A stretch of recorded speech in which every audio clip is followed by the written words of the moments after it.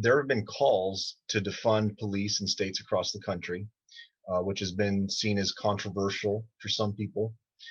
We have a new police chief here in La Mesa, which presents an opportunity for change, at least for us.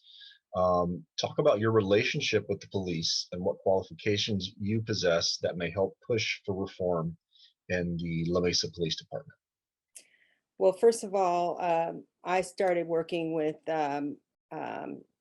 who's now Chief of Police, Raymond Sweeney, when he was acting Chief of Police. And that started in January, I think, with our first meetings. He began meeting with us. And we've been working very closely with him. I have a very good relationship with him. I just spent my whole entire day last Wednesday with Chief Sweeney, helping us go through 10 candidates for sergeant. He has 2 open positions now, and he has 1 opening at the end of this year. So I worked all day. It was a complete day at the police department, just helping him choose what we thought would be good candidates for sergeant. As far as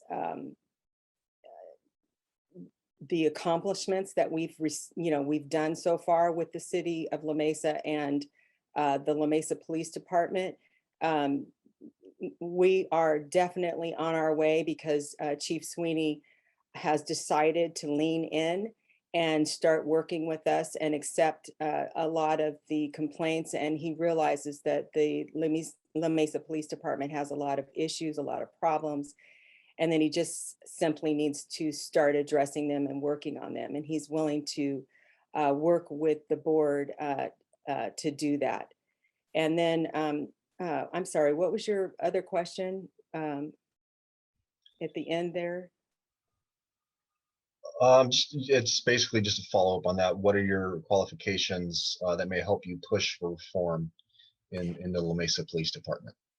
Well, first of all, I'm an African-American female, and I've raised 3 African-American children. My husband is African-American, and I have a ton of family members who are African-American. And our exposure with the La Mesa community has been tenuous at times.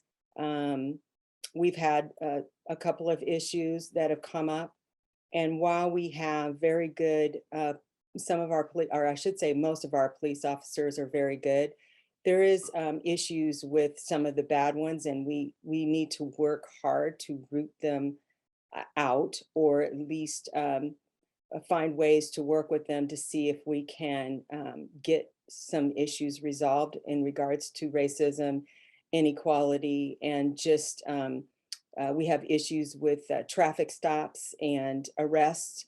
They're highly disproportionate, and as far as Black and brown, especially Black, a lot of bad statistics on that, and we have to really drill down and focus on why is it that the lowest population in the city of La Mesa is stopping so many Black and brown, especially African American. It's really disproportionate. And there is no excuse anymore, and we have to work on that. I qualify because I can not only sympathize, but I can empathize. I see the difference between how some people are treated versus others, especially Black and brown. And, it's a serious problem when we have a disproportionate amount of people who are the smallest group in the city that are targeted for, unknown reasons. I mean, there's no explanation as to why they're targeted. So, as I've been doing in the past, I have been bringing all of these issues. There's been several issues that have been brought up, not just this year, but last year. And we've worked hard to try to bring a lot of those issues to the table. And I know working with Chief Sweeney, it's been difficult for him to hear it because police officers have this mindset that, oh, we just have a bunch of good guys. Well, obviously, they don't have a bunch of good guys. There's some guys that are not doing the right things. And I think when we're working with the IPA, which just came on board last month, that's the independent police auditors that I was talking about. I think that, we're going to be able to get a lot of these issues to come up to the surface, and we're going to be able to start dealing with them individually. And, Chief Sweeney has agreed to do that, and it starts at the top. And I think that my qualifications have been resignated throughout the board from the very beginning, and even in the beginning of last year when we were on the task force. I've brought up I can't countless issues that need to be addressed, and it's been a methodical process, but I think that it's been prosperous, and I think it's going to get even better. And I think the city of La Mesa, the community who has written hundreds of letters, demanding change, and they want these issues addressed, and they want accountability, and they want transparency. And I believe that I am working very hard to deliver that, as well as other board members. So absolutely, thank you for that great question, Manuel.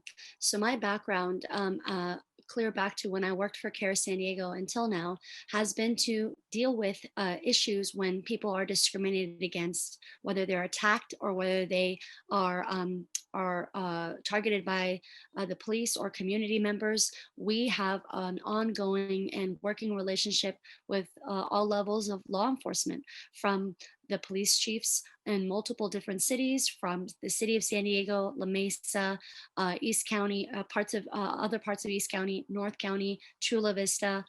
We continue to deal with those folks. And so as an organization and an individual, I have sat in those meetings with police chiefs as well as police officers when it comes to making sure we create equitable policy change. And I've done that for years. And one of the things that a lot of people have mentioned to me on this campaign is they didn't see me as part of the La Mesa, oversight board or the oversight task force. And that's true, because I was busy dealing with other police issues in other parts of the county that required our attention and that called upon us as an organization to represent and to support their work. And so whether it comes to discrimination, or when it comes to surveillance, or when it comes to any of the things that our community members come to us because they are marginalized and they are targeted, we address those needs. And so I've met with the former police chief Vasquez of the city of La Mesa over half a dozen times over the past several years, and the lower ranking officers. I've also met with law enforcement at the sheriff's department level, as well as in the federal government. And so we deal with DHS, we deal with FBI, and it's a very extensive background that I have in dealing with law enforcement at all levels of our government. And it's important to understand that, I respect human beings' rights to make sure that they are protected. And we have to understand that we're not out here trying to make best friends with the police. We are here to make sure our community members are safe and they are protected and their rights are not denied and they're not, disrespected, or they're not taken advantage of. And so that's the role that I play as a civil rights advocate. We show up in these spaces when we're called to serve our clients. And when it comes to Police Chief Sweeney, I've met him several times, even before he was, instated as the new chief of La Mesa. And actually, he's done a really good job of the language he's used and the presentations he's decided to present to the community. And he was very open and he was very receptive to the conversations. I attended the first and the third meetings with the police chief, and it was important, either the first or the third or the first and the last, but I went to the first one for sure, because there was suggestions I had made to the police chief, and he incorporated it in his presentation and came back with information that I specifically asked for. I think it's important and critical that people understand that the more police on a police force does not mean and does not equate to more safety for a community. Police come after a crime is committed, and that we need to inform our community members and help create more conversations with all of our community members, especially those that are being targeted in communities of color that live in La Mesa, to make sure we're doing right by our community, no matter what their backgrounds. And what happened in La Mesa on May 30th was unacceptable. I was a legal observer on that day, and I was called by other civil rights leaders to come in to view what was happening and make sure to help our students that were being shot at and tear gassed. And so that's why I dropped everything and ended up going to the May 30th event. And it descended into pure chaos. And it is an actual miracle that nobody died that night. And so I want to make sure that folks know I will hold our police chief and our police officers accountable and make sure that we continue to fund our police oversight board, because we need to make sure they have teeth, that whatever it is that we discover, we are able to hold our police officers accountable and they do not fall through the cracks. And this behavior of the past several years does not continue to deteriorate in La Mesa. Well, I think working in downtown San Diego, you get to see a lot of different things going on.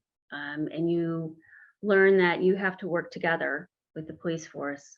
I don't believe in defunding them, but I definitely believe that we need to have the transparency that started. My sister-in-law works for the county, and her particular position is she reviews complaints against the sheriff's department. We've had a long talk about how the county does it, and I think there's some things that the county does that we can bring forward to La Mesa. I like the idea of not having the police on the commission, the oversight commission. I like the idea that the people on that come from a diverse side of the community, different parts of the community. And I think that we should continue to work with the police on reviewing issues that come forward and complaints that come forward. And it should be a separate investigation from what the police do with their internal affairs. Okay, and just to follow up on the defunding, would you support reusing funds that may be allocated to police, or the police department here, for things that aren't necessary, like riot gear, the SWAT cars, or they had some kind of military-ish, vehicle at one of the protests. Would you rather see that go to other things within the community rather than equipment that we don't need? Well, I really have to get more involved in actually reviewing the police department. I can't say that I have a 100% thorough understanding of all of the gear that they have.